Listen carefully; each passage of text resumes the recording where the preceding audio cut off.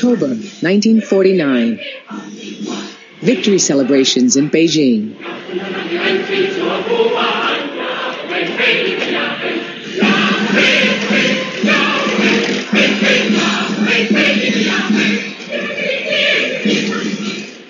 Over 30 years after the Soviet Revolution, communism makes a second great advance. The country with the largest population in the world now has a communist government.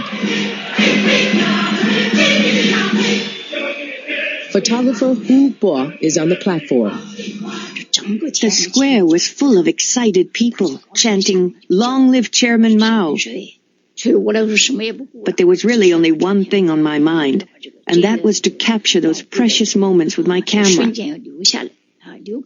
and leave them to future generations. It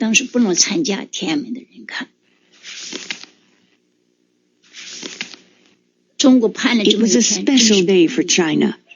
After thousands of years of struggle, we were liberated at last. What a joy. The crowds in Tiananmen Square hear Mao Zedong proclaim a new beginning.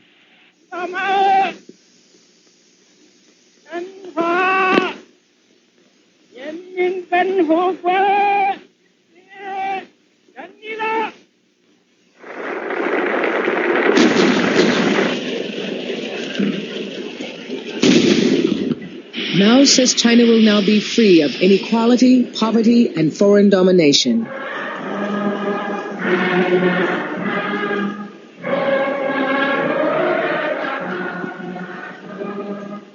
Almost overnight, 1/5 of the world's people become part of the greatest experiment in mass mobilization of the 20th century. They will be told to work, live, and think in a new way. But in a series of cataclysmic social experiments, millions will suffer or die as they attempt the great leap toward Mao's new society.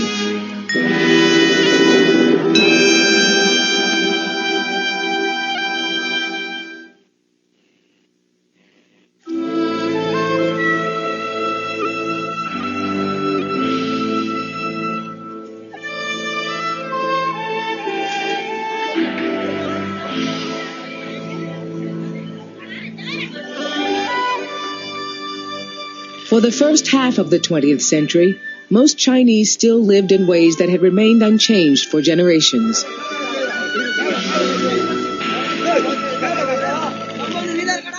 Four out of 5 worked on the land in desperate poverty. Most were in debt to landowners or moneylenders.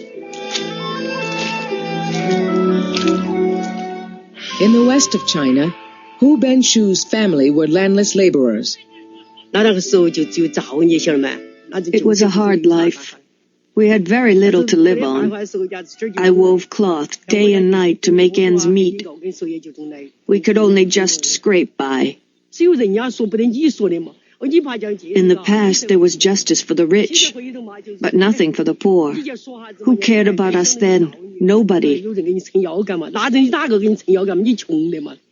You can't believe how badly the poor were treated.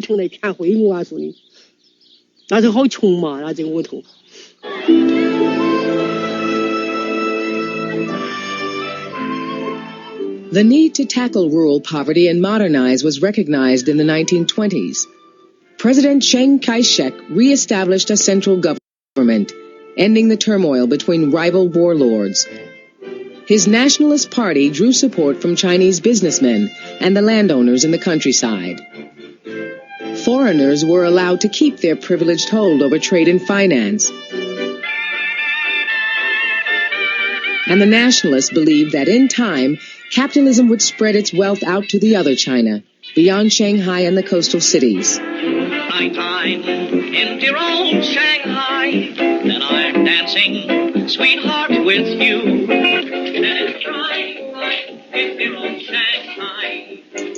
But the gulf between the lives of the middle class and the masses of peasants and laborers remained as wide as ever.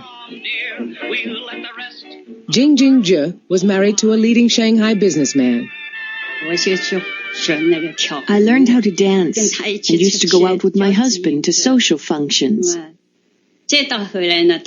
He enjoyed playing mahjong and always took a lot of trouble about how he dressed when he went out.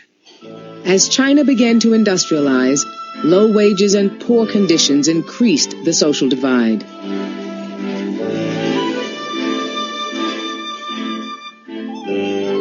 After the success of the Russian Revolution, some looked to China's newly formed Communist Party for a radical change that could shake China out of its lethargy. Starting in Shanghai, the Communists attempted to stir up the city's factory workers. But they were savagely suppressed by Chiang Kai-shek's forces.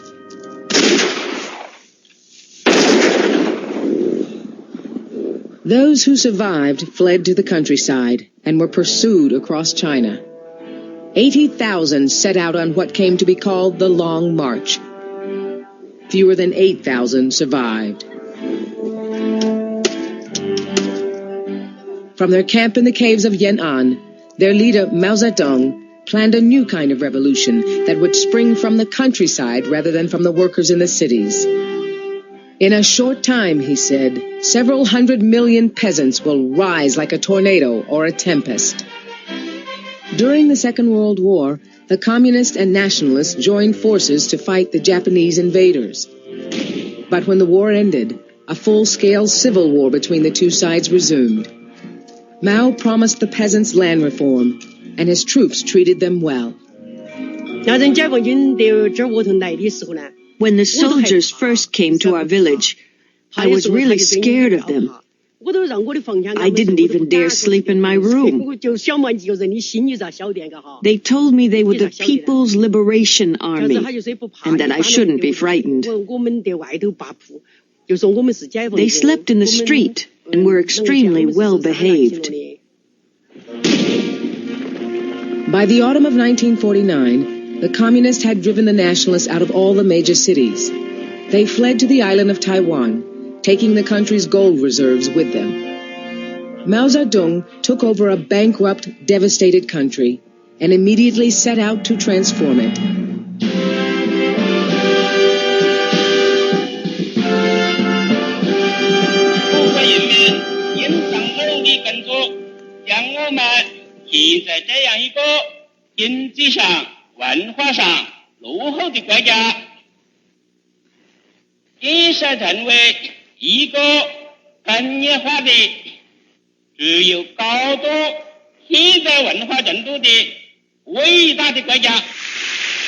Mao now held more power than any leader since the emperors.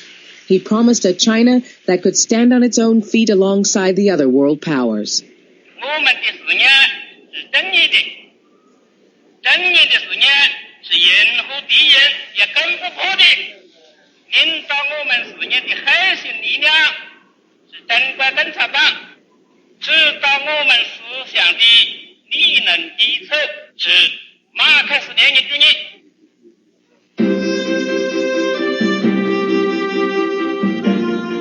Mao's version of communism was to be the foundation for a purer, fairer, more progressive state than the one that had emerged in the Soviet Union.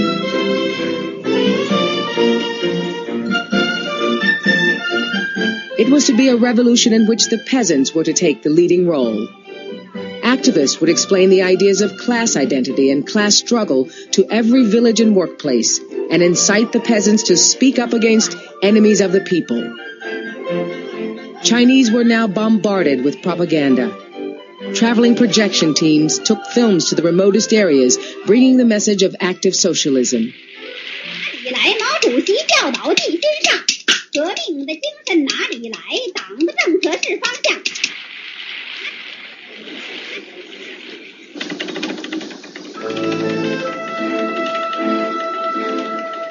As the revolutionary program began, the peasants were the first to benefit. They were granted the land reform they'd wanted for so long. It was the party's plan that they should seem to make the change themselves. Speak Bitterness meetings were held in which the landlords and others linked to the defeated nationalists were confronted and denounced by the peasants.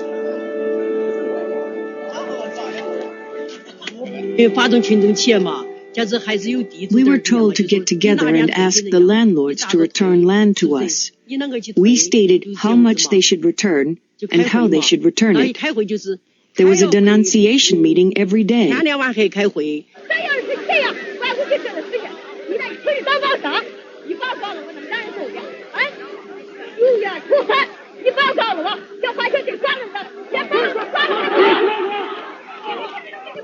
Local party secretary Lua Shifa helped whip up feeling in his village. The first thing we had to do was to bring down the landlords. What we did was persuade the tenant farmers to denounce them. At the public meeting, they would explain how they couldn't afford to pay back the rent every year, or how they had to take out high-interest loans to pay it off. People around the stage sympathized with the poor peasant stories, and they'd weep. 政府接受了群众的要求，判决罪犯李志仁的死刑，坚决与人民为敌的反革命分子一定受到人民严厉的制裁。Hundreds of thousands were killed.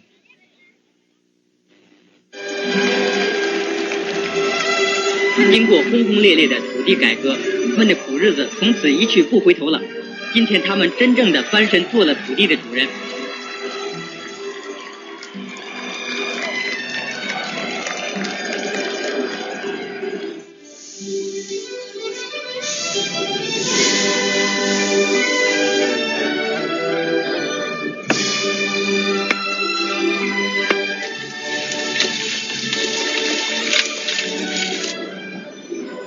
The class warfare was less vicious in the cities. The communists tried to win the support of the managers and technicians the revolution needed to keep the mills and plants running, and to assimilate the capitalist owners who had not left with the nationalists. Propaganda showed businessmen handing the deeds of their companies over to the state, and then celebrating with improbable glee the new socialist dawn. Jian Guodong, district party secretary, heard what was really happening. By day, they pretended to support the party. But at night, behind closed doors, they'd gather their families around them and cry, bemoaning the fact that everything they'd worked for would soon be lost.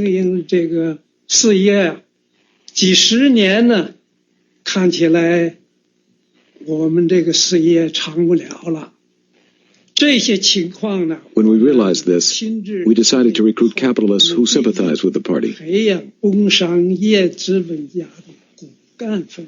The Jing family in Shanghai decided it was best to cooperate.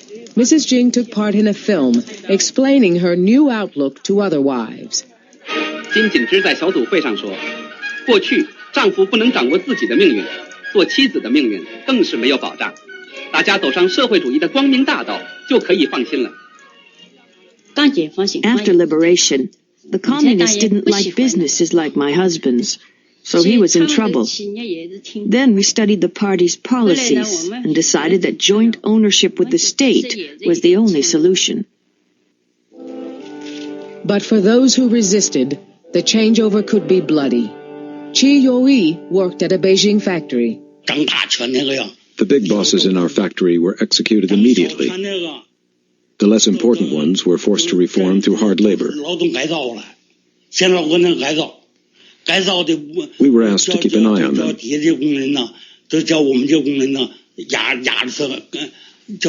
We hated them so much, we beat them if they didn't work hard enough. That's the way they treated us.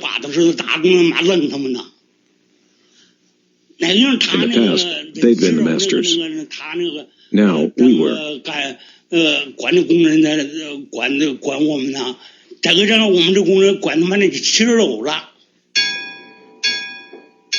Women were given new rights at work and in marriage.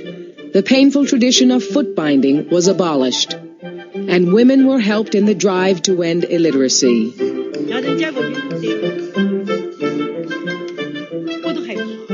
Gao Yue-ying from a village near Beijing was first a pupil, then a teacher. Once I'd learned how, I could teach others to read. I didn't have a blackboard, so I used a wooden door. I wrote words on it and May copied them. Some of them had their babies with them, breastfeeding and studying at the same time. I can tell you, it was really hard.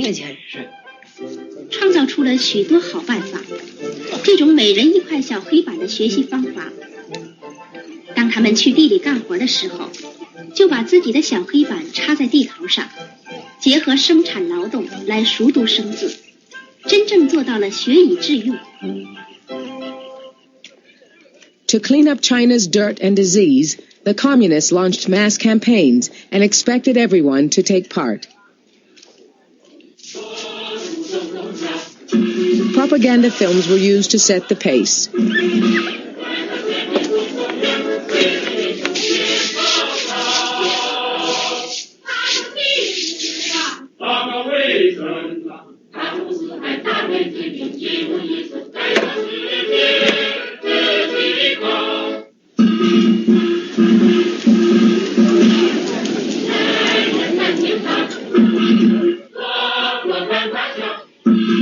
Millions were inoculated against the epidemic diseases that had racked China. War was waged on old habits.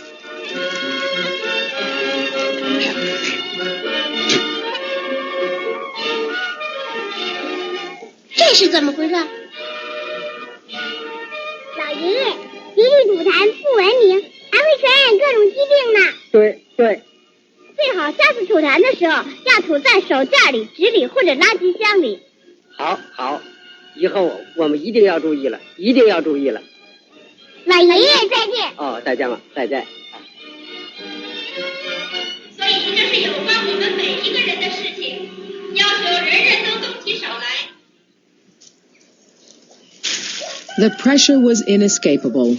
Party activists checked up on their neighbors' housework. Zhen Fuqin from the local street committee went from house to house. We used to say, "Do you love your country?" The country is calling on you to carry out the public health campaign. Get on with it. When they heard this, people said, if we don't do it well, that means we don't love our country. We used to go up the lane to check on people's housework, to see if they'd done it properly. We'd examine the tables to see if they were dusty. If everything was neat and tidy, that would be fine. If not, I would tell the women to do it better.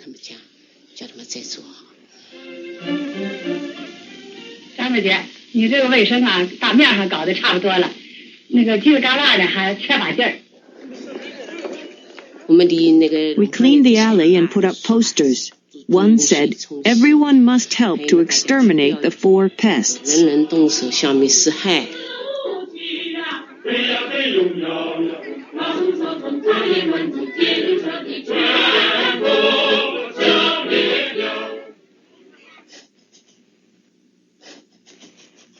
Nothing escaped attention.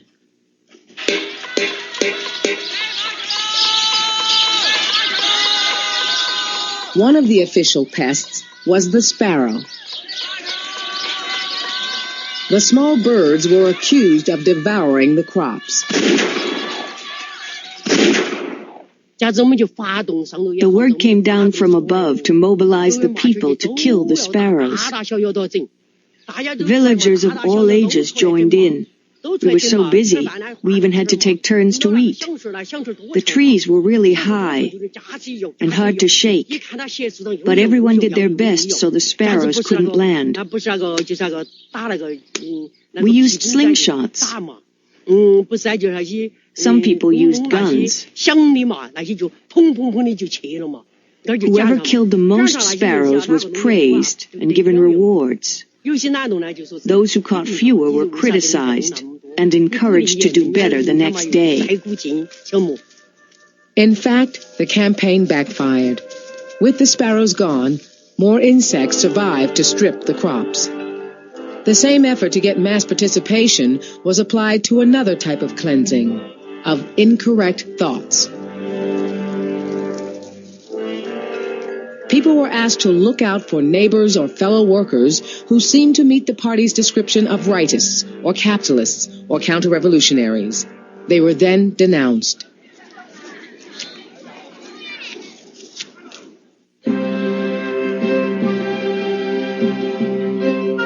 But the boldest attempt to harness the energy and enthusiasm of the people came in 1958. To speed up progress, Mao wanted to use the force he believed in most, China's sheer numbers, for his great leap forward. Propaganda cartoons showed how the Chinese were meant to overtake Western industry and food production.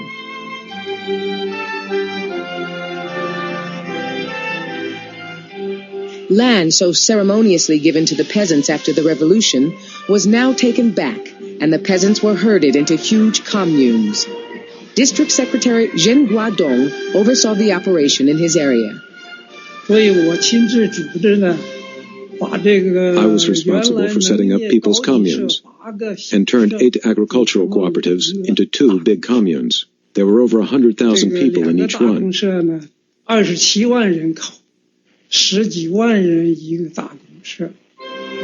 Big communes could handle big projects.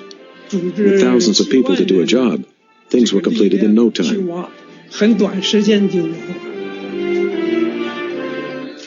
Production brigades were sent where they were thought to be needed most, under military-style discipline.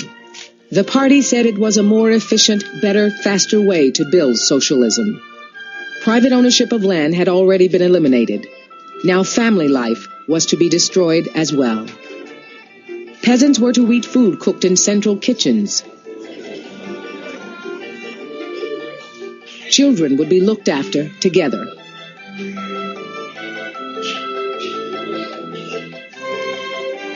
Mao set the target of doubling food production in 1 year.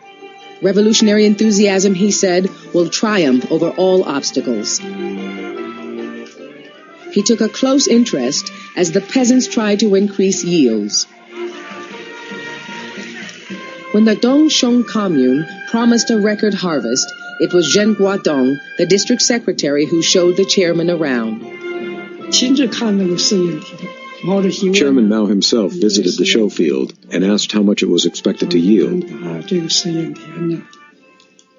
My colleague said 50,000 pounds an acre. Chairman Mao replied, even if you could achieve 10% of that, it would be a miracle.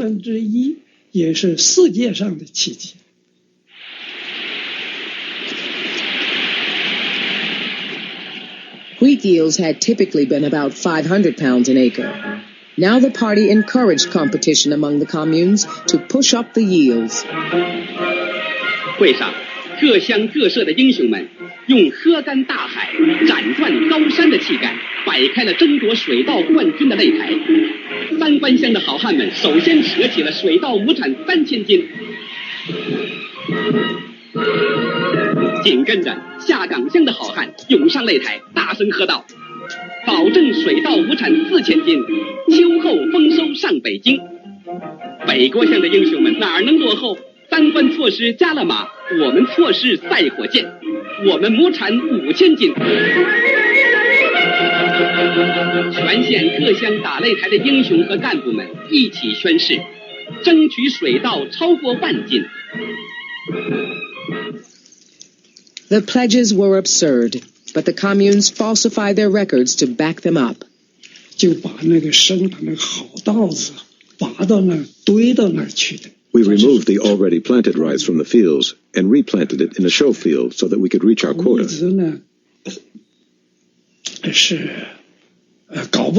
Planting it so densely with no light or wind blowing through meant it would rot. Before long, the rice did rot, and the peasants got angry. They said, if you take all the rice and waste it, what will we eat in the autumn? The peasants didn't want to go on with this cheating. I tried to get it stopped, but the local boss ordered us to carry on. 找了我，说你还得搞。 But the false statistics contributed to a dangerous delusion that China had plenty of food and could concentrate on other things. We must reach for the moon and the stars, said Mao. Man can achieve anything he can imagine.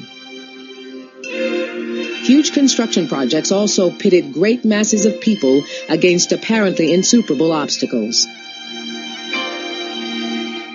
Lin County in Hunan was an arid plain blocked off by mountains. The 1,800-mile-long Red Flag Canal was planned to bring in water over the rocky terrain.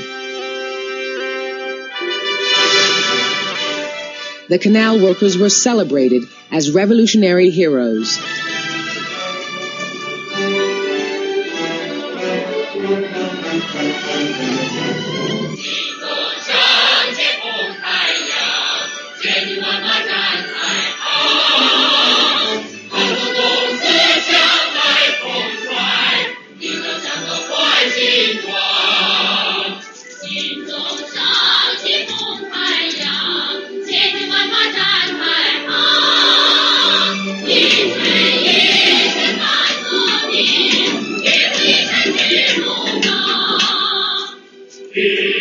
Zhen Yongcheng worked on the rock face.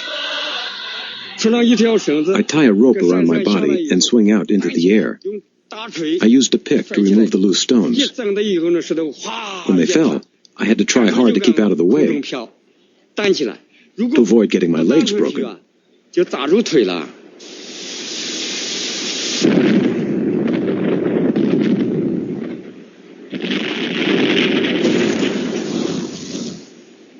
Accidents were frequent.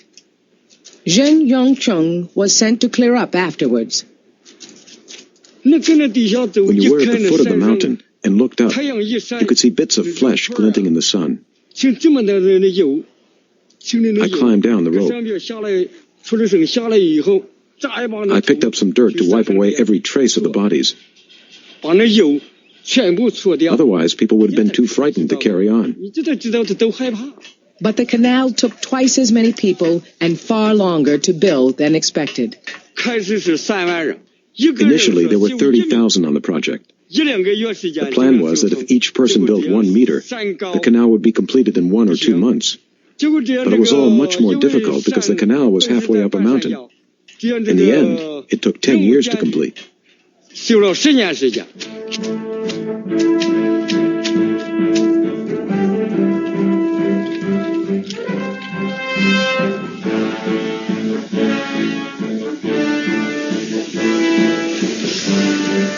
To meet the most ambitious goal of the Great Leap Forward, Mao told the Chinese that production of steel had to double in 1 year. And instead of producing this just from heavy industry, the energy and idealism of the peasants was to be mobilized again.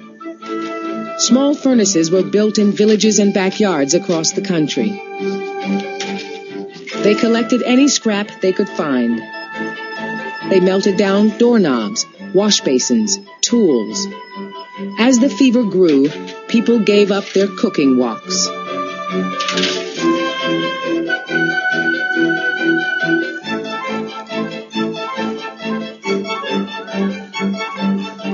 Ho Jinghua had never made steel before, but used her ingenuity. When we built our own furnaces, it was hard to reinforce them. Earth on its own wasn't strong, but we didn't have enough straw. I had a long pigtail, so I cut it off and snipped it into short pieces and mixed it with the earth in the furnace wall. Many of the other women cut off their hair as well. Ho Jinghua's husband, Lien Tianyun, also filmed at the time, was just as enthusiastic. The two of us competed really hard. If my team produced 3 tons of steel a shift, her team would make over 3 tons.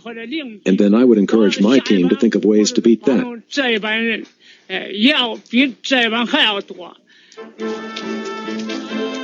Forests were decimated to fuel the furnaces 24 hours a day.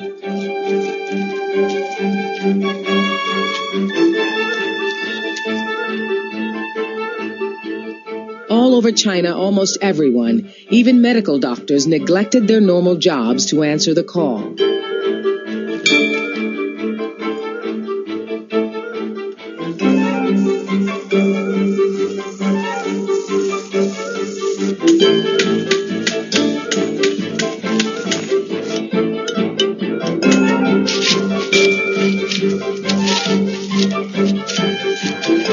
But even those taking part began to see it was folly.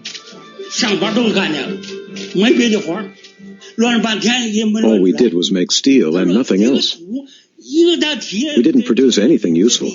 How could we? We dug holes in the ground and tried to produce steel. It was all such a waste of time. But the orders came from above. We had to obey them. Slowly, it became clear that after so much effort and time, after so much wood had been burned, and so many pots and pans consigned to the flames, the steel produced was impure, weak, and useless.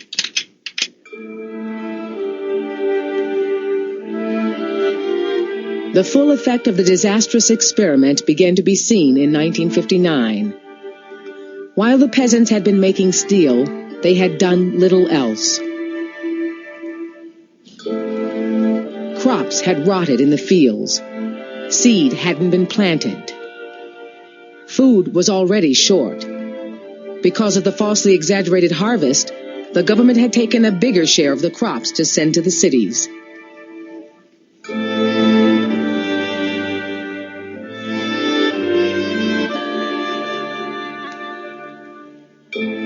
A drought made the problem worse.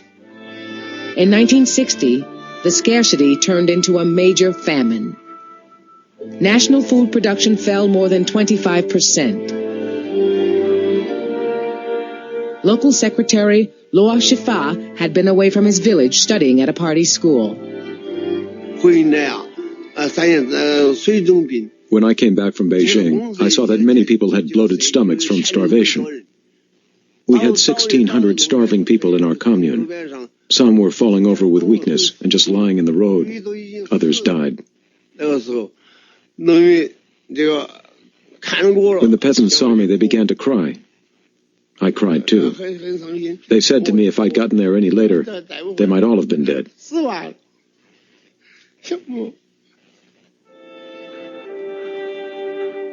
In a secret report, the party later admitted the full extent of the calamity.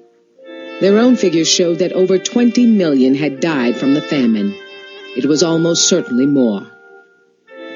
The new graves in the burial grounds confirmed that the Great Leap had failed. Revolutionary enthusiasm hadn't been enough.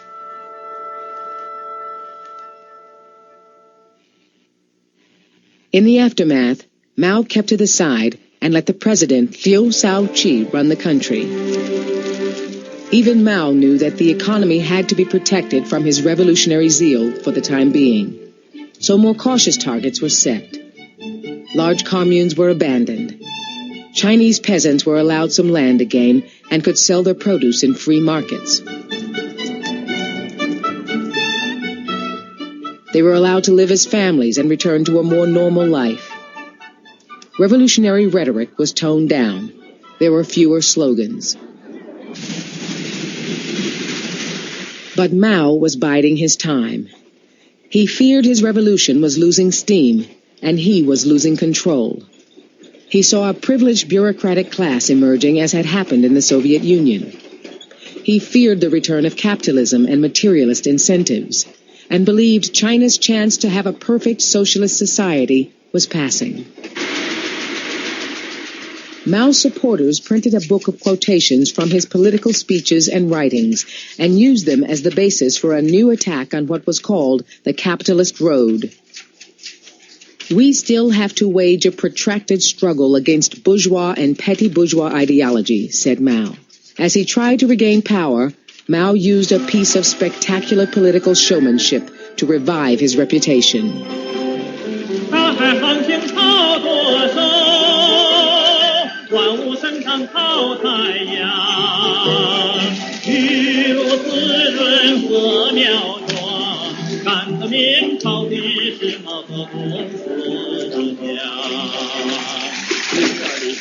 To demonstrate his vigor at the age of 72, he led a mass swim across the river Yangtze.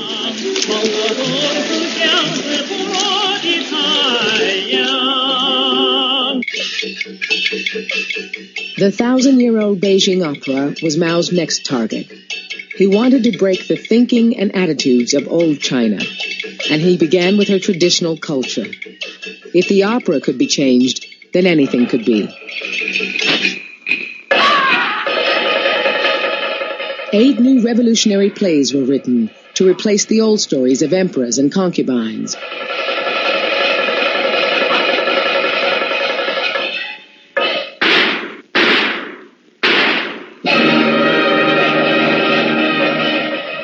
Dong Xiangling, who once played princes, now played an officer in the People's Army.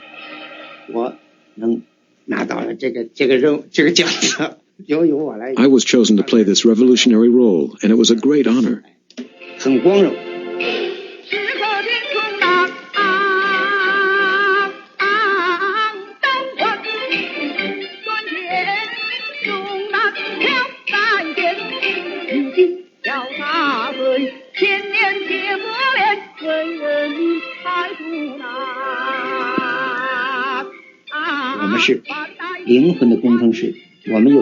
As artists, we were engineers of human souls. We didn't just perform to earn money, but had a serious responsibility to re-educate people.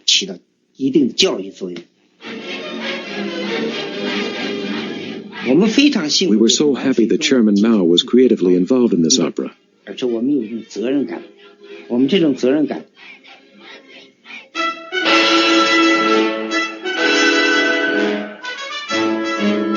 In August 1966, Mao unleashed the Great Proletarian Cultural Revolution. He was assisted by a group later known as the Gang of Four, which tried to build the Mao cult to new heights.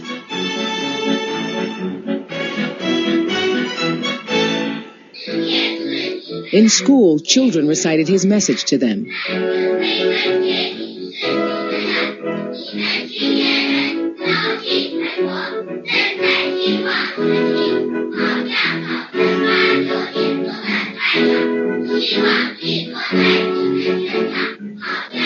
In Shanghai, at the No. 6 girls' school, Xiao Ailing was the headmistress. The pupils came to realize that all the changes taking place in their families, at school, in Shanghai, and China were brought about by Chairman Mao.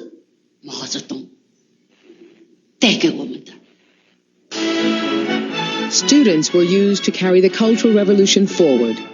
For the first time, young people were encouraged to attack authority and the old hierarchy of the party. And the advice came from Mao himself.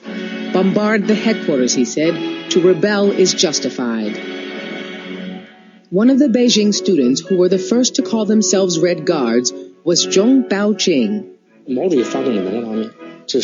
Chairman Mao started the Cultural Revolution to keep up the momentum for change. Everything he said was right. We thought if we follow Mao, we can't go wrong. Only he can lead us from one victory to another.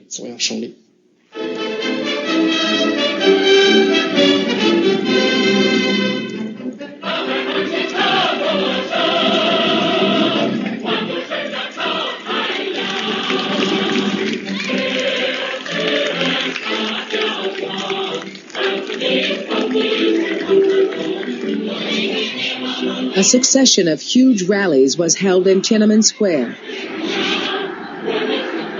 The master of mass mobilization had shown he could still draw a political response directly from the people. This time, it wasn't the peasants in the country who did his bidding. The most educated and energetic generation in China was following his every word.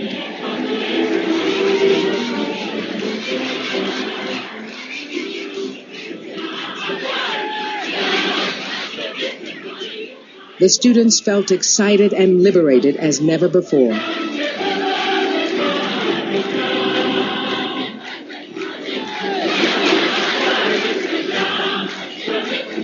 An estimated 11 million Red Guards came to see Mao. 15-year-old Zhao Shuyun was presented to him.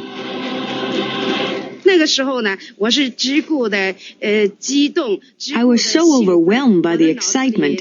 My mind just went blank. The only thing I wanted to do was to get a good look at Chairman Mao and shake his hand if I got the chance. I shook hands with him 3 times. Because I'd been received by Chairman Mao, millions of Red Guards regarded me with awe. When they saw me, they always wanted to shake the hand that Chairman Mao had shaken.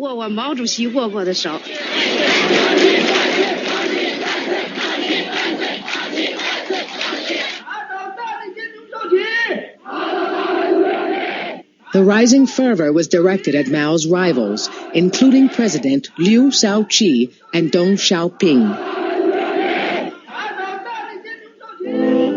Banners attacked Liu.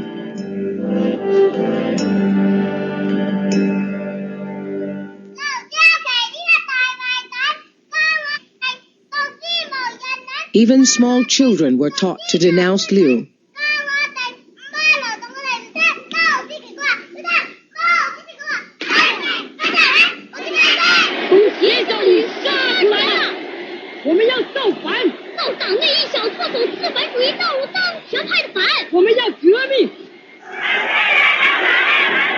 The rage was extended to foreign governments. Western diplomats in Beijing were attacked.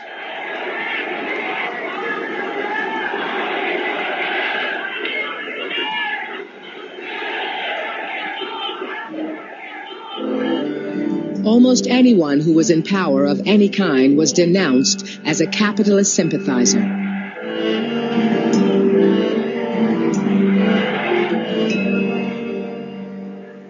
The whole structure of the party was brought down, including Zhen Guodong, the district secretary in Tianjin.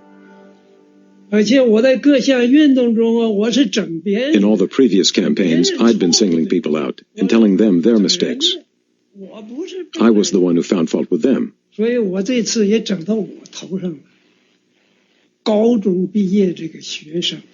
I didn't expect the tables to be turned on me this time around.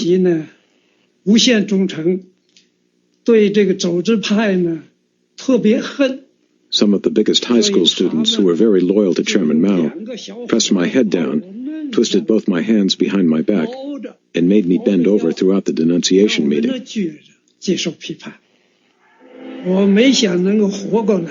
I didn't think I'd survive. In Sichuan, Luo Shifa, the party secretary who'd helped his village through the famine, was denounced. I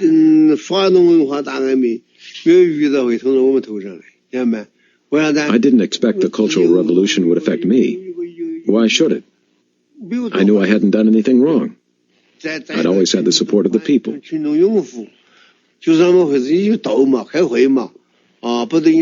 the denunciation meeting, they slapped my face and forced me to kneel down.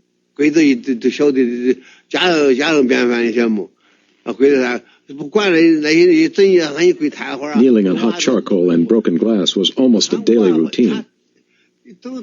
So what I did was to put a soft pad inside my pant legs, and that made it easier when I was forced to my knees.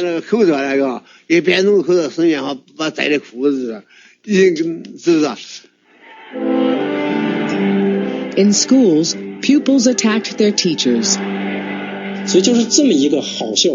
Our headmaster had been really good to us, but even he couldn't escape. We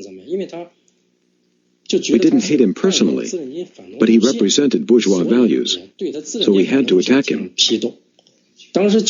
We dragged our headmaster onto the school stage. Then students put a dunce cap on his head and a big placard around his neck. The more extreme we were, the more loyal we felt to Chairman Mao.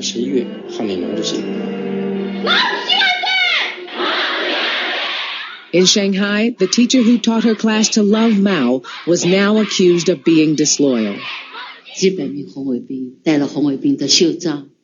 There were several hundred Red Guards wearing armbands. Others had military belts.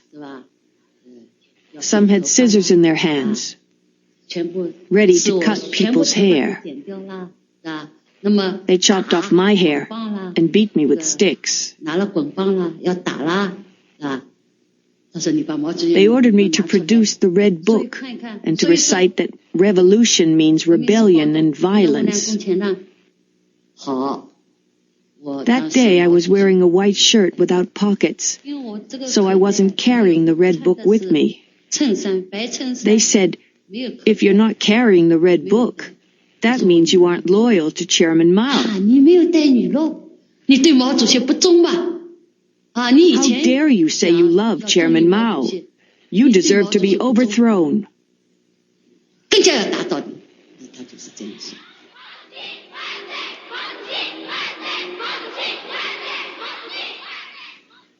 It was December in Shanghai and very cold. They ordered me to stand outside the playground from morning to night. But then they thought the punishment wasn't severe enough, so they got a big blackboard and pressed it down on me. One of them stood on the right side and one on the left, like a seesaw, and I was squashed in the middle. They wanted to knock me down and keep me down forever.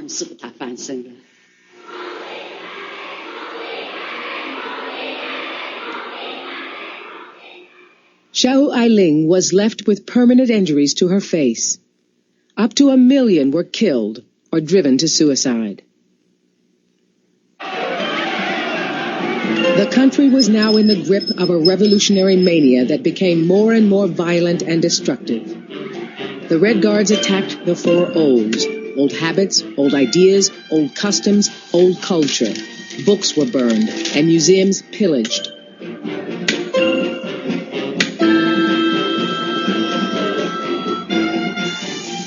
Soon rival factions of Red Guards fought one another.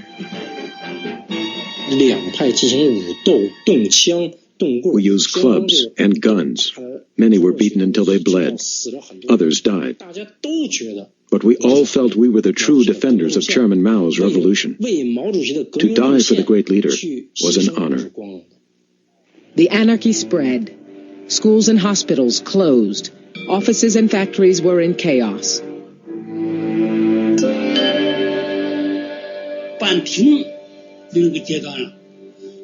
The factory almost came to a standstill. Production was impossible. We had meetings every day and workers were denounced. We didn't know what to do. One day you'd be arrested, and the next day it would be my turn. We didn't know what would happen to the country. Many workers committed suicide by jumping in front of trains or into the river.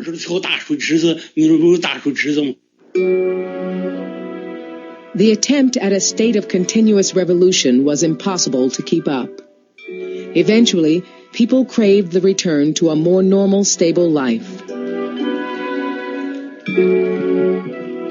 After 2 years, the army had to be called in to end the factional fighting, restore order, and help re-establish the party's authority.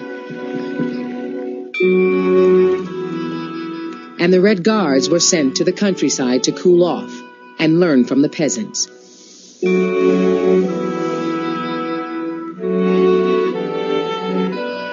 But the Cultural Revolution only ended in 1976, with Mao himself. 高山在痛哭，大海泪涛涌，惊天动地的噩耗啊，震撼全球。我国各族人民敬爱的伟大领袖毛泽东同志于1976年9月9日在北京逝世。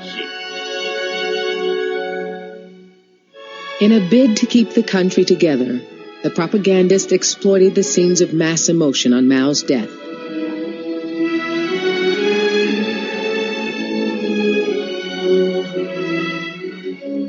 Much of the grief was genuine, and many had seen their lives improve. But millions had suffered or died, victims of Mao's attempt at perpetual revolution. All of his charisma had not delivered the new society he'd promised.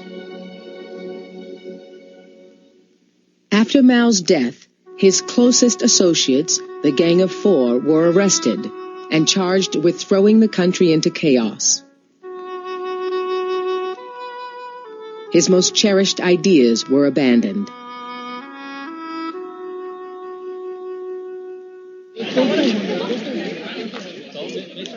Mao's successor, Deng Xiaoping, tried to replace ideological fervor with economic activity. The Chinese were to be mobilized not by dreams of equality, but by money. In the 1980s, political control was as tight as ever, but the slogan from the top was, "To get rich is glorious." But one legacy of Mao's reliance on popular action remained. During the Cultural Revolution, he'd allowed the students to challenge authority and feel a new sense of liberation. After Mao, the state always knew that the people, once they'd learned how, might try to challenge the party's authority again. And their fears were to be borne out in 1989 on Tiananmen Square.